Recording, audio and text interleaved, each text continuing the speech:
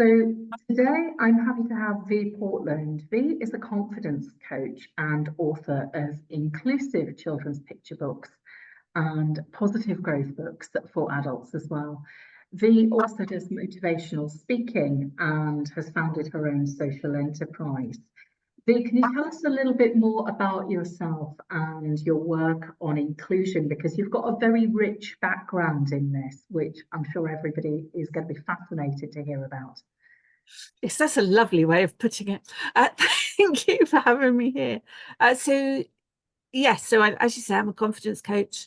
I work with children from as young as 3 to women and non-binary folks, trans folk of all ages.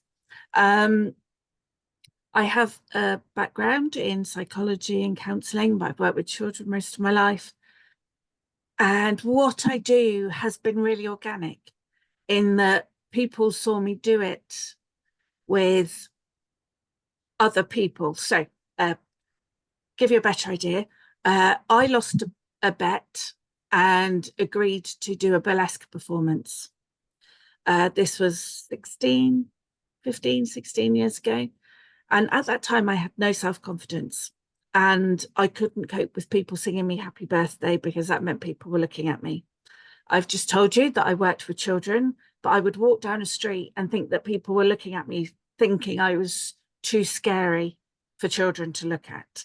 You know, my paranoia was really high. I grew up in a home where, the whole family would tell me I was fat, ugly and worthless quite frequently.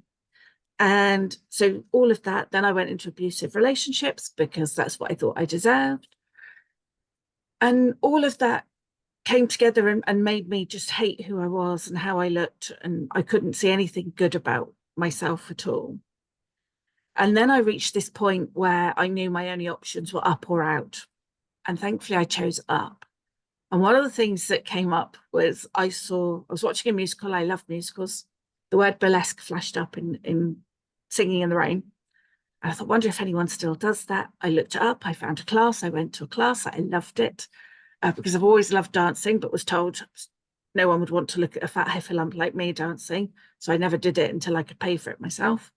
And yeah, I lost this bet.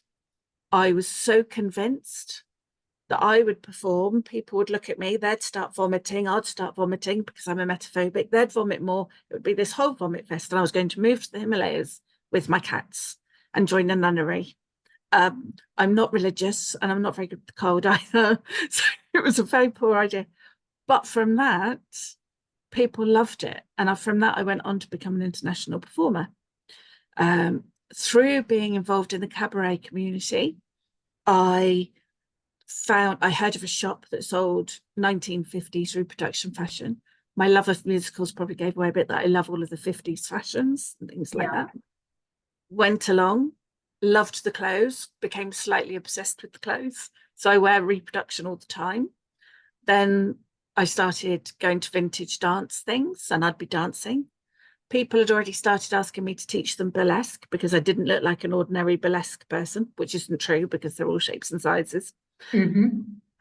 And then they asked me to teach them how to do dance, vintage dance. So I started teaching that.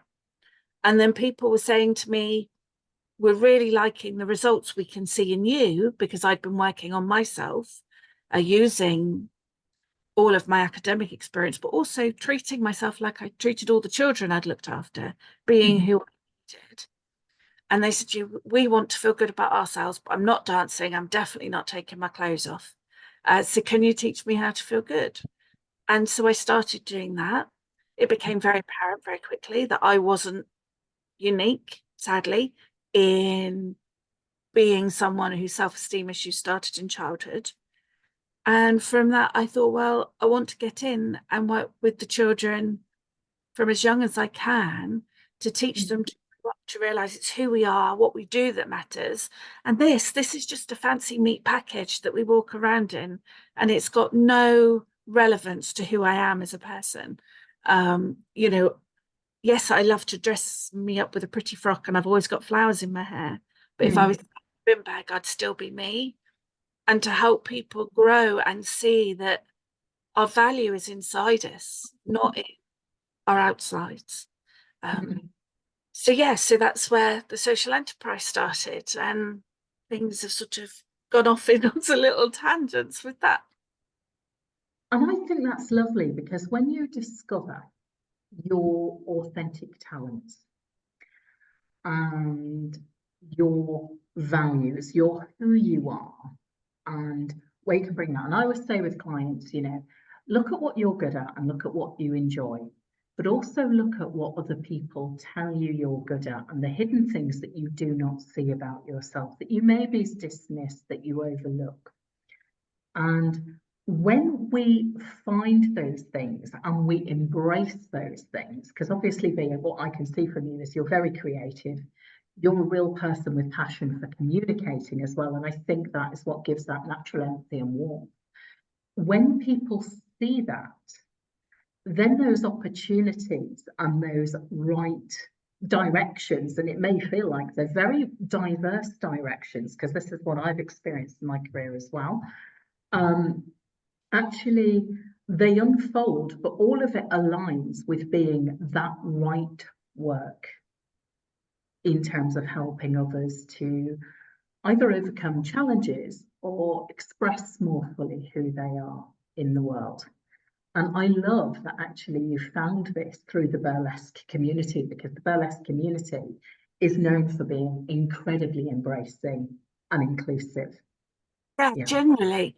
Yeah, I mean, obviously there's always exceptions to the rule, but overall, yeah, I never, as part of the community, I've been a larger woman for most of my adult life, and I never felt at all intimidated. The only issues I had with performing were ones I put on myself. It wasn't from the community, and that was really beneficial in itself. That that was part of my transition from hating who I was to learning to think, okay, other people believe these things even if I don't, and that was part of it. Was training myself to believe that. And yeah, and the burlesque community was wonderful for that, for being part of that. And I loved it. I really did I really did love performing and enjoy performing. And yeah, at times I still miss it, but I also don't miss standing in a cold changing room in just a pair of pants and tassels. So it's quite nice that way too. Vie, can you tell us more about your work with children? Because we were speaking earlier ahead of the interview about the importance of laying the right foundations for healthy self-esteem in children. And I really truly believe that if we can do that, we would avoid so many challenges in society and so many harms that people either experience or sometimes are victims of at times. So please, can you tell us a little more about this and how you engage with children? Yeah, I feel if I nod any harder, I'll be like one of those nodding dogs and my head will go off. But yeah, this is so important. I work with children in schools, groups like Brownies Guides, Scouts, youth groups, and things like that, also library settings. And I also work with families to help them raise their children to be more confident. And when people contact me, they're obviously doing it out of great love. For people to say, right, I want to do the best I can for my child, so I'm going to pay a professional to come along and help me, is incredible. So I always value the parents for doing that, or the carers. Sometimes it's not necessarily a binary couple, and but quite often they don't realize how much they're doing that's repeating behaviors from their childhood that meant that they have issues around how they look. And they also don't, we always hear parents complain about, they don't listen to me, they're not doing as they're told, they don't notice me, all of this. And sometimes that might be the case, but a lot of the time children are just absorbing it.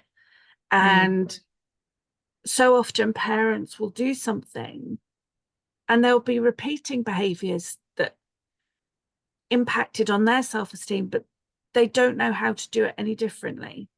And they might not realize that's what did it, you know. So nearly every single woman I've worked with, her self-esteem issues started in childhood from someone making a joke about their wobbly tummy or their knobbly knees or their skinny arms, things like that. Someone made a judgment on their body and then said it was a joke.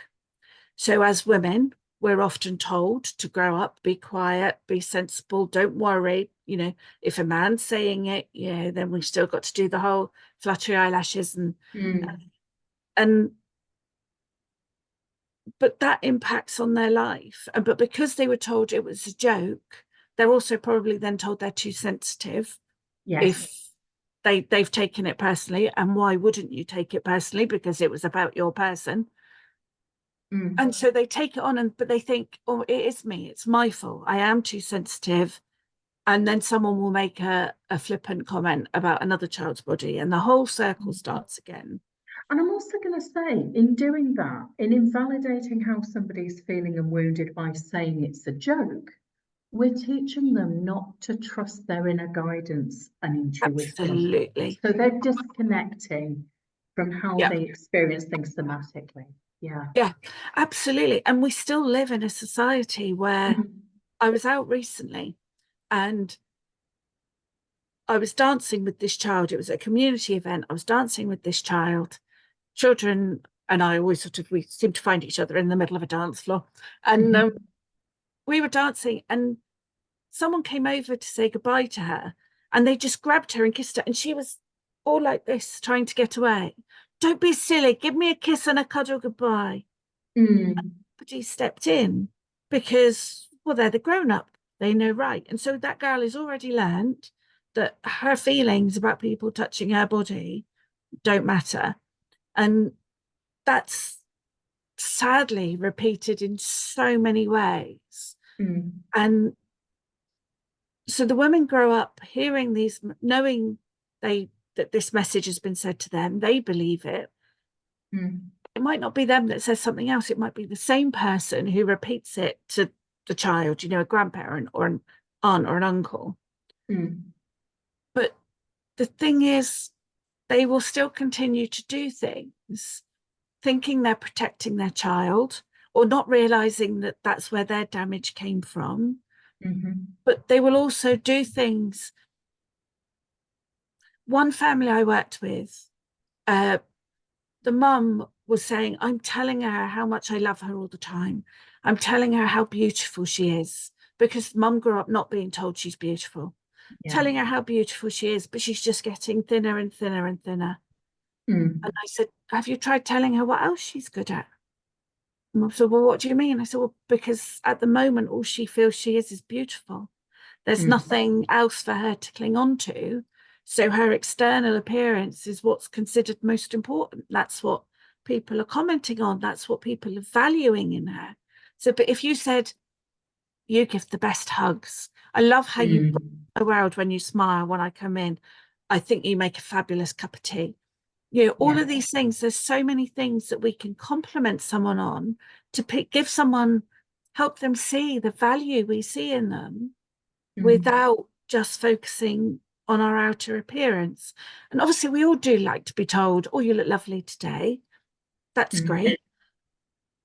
But I'm always in a lovely frock. I'm quite sedate today. Normally I have flowers all over me. So I, you know, I like it when people say, oh, you look lovely today, Vie. Oh, it's another fabulous dress, Vie.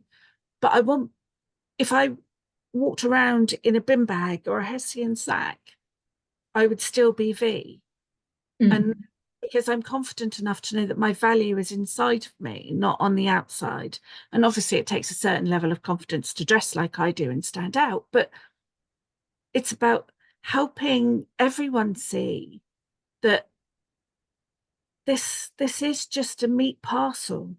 You know, it's not the length of my arms has no indication on how good I am at listening to someone. The size of my arse has no indication on how lovely I am to be someone's friend, you know, or to help somebody who's fallen over or whatever it is. None of those things have any relevance to who I am as a person. And to teach adults that is hard, it takes longer.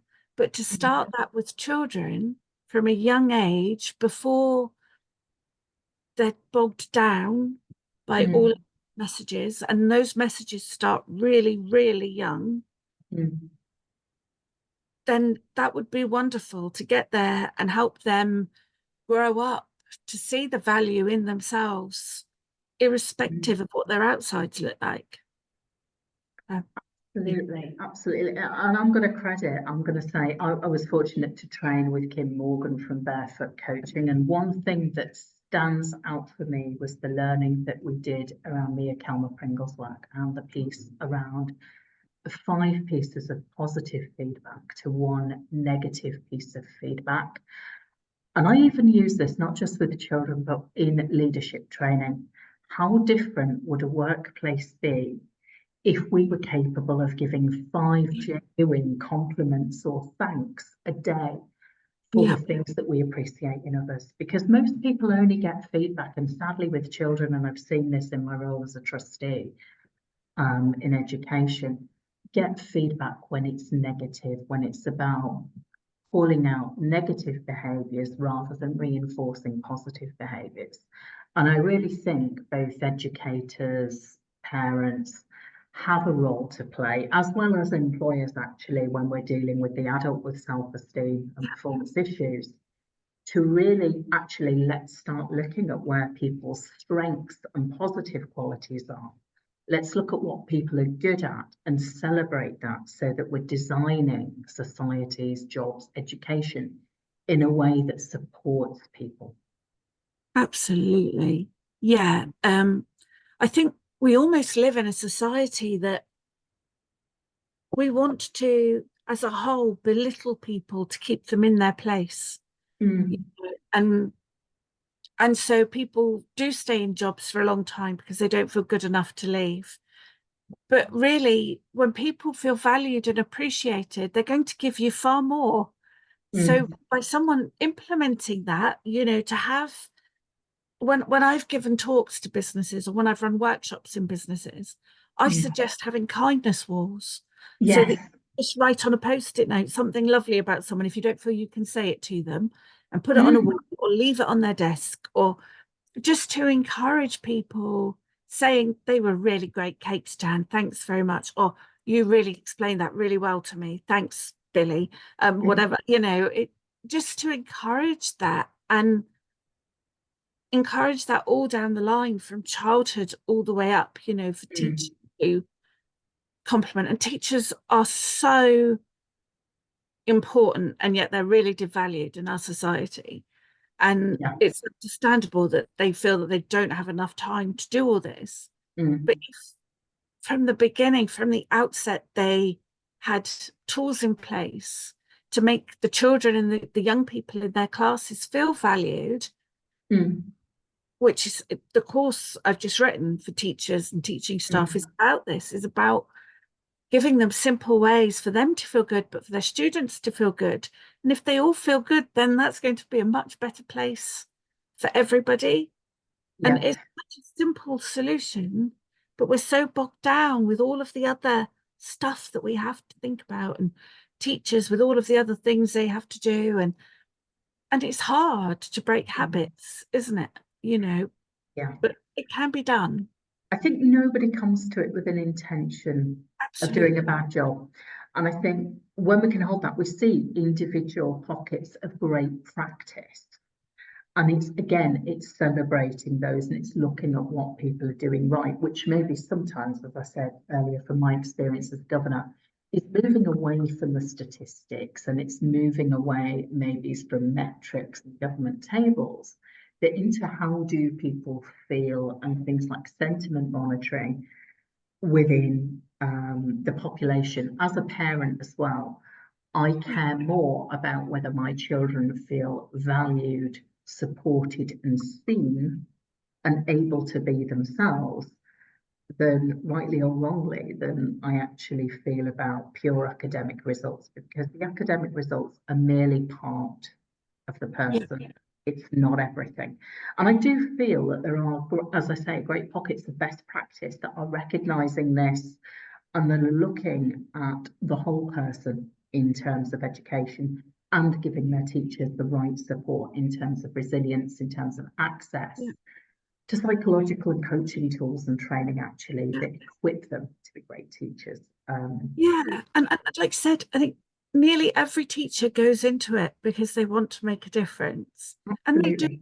they really do. And I know Mm, when I go into schools and run positive parenting workshops, mm, I will get people try to sort of goad me into saying something bad about teachers and how they only work part-time and they get all the holidays off.